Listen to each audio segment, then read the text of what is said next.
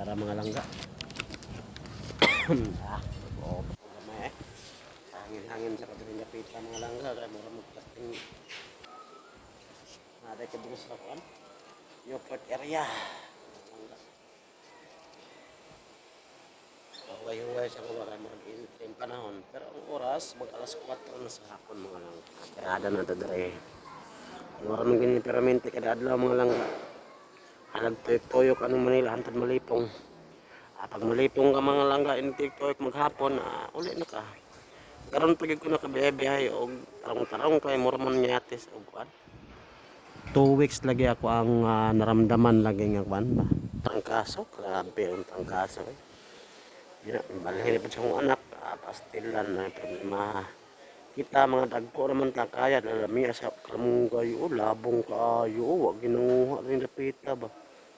Sagdahan ra ba nila?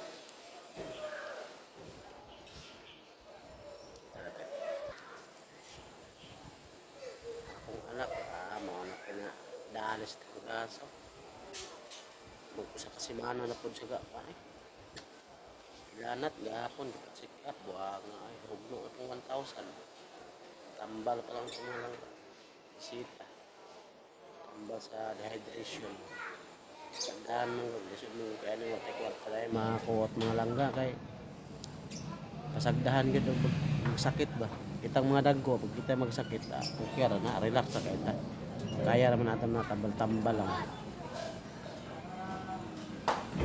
Pero pag mga bata magsakit, alo ay kaya mga langga eh.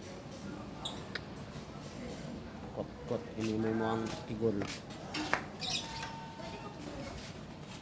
Makot-kot ni may tigol ay. Maging mo ng anak magkasakit mga langga. Manang kamong mga wa pa kasulag asawa. Sus karon.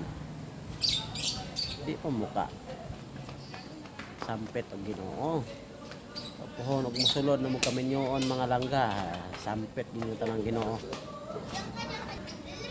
Hayag ang langit pero ganyan ulan sa tagi ganyan eh.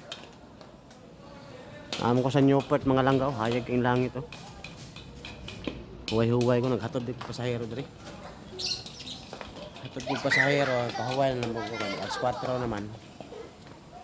Alas 4 na po niya. Pahuway-pahuway mo ang motor lo ay kayo andar ang motor dito alas 6. Antod sa mga orasa ron, pahuwayon po ba? Kaya ito ay po taong kayo.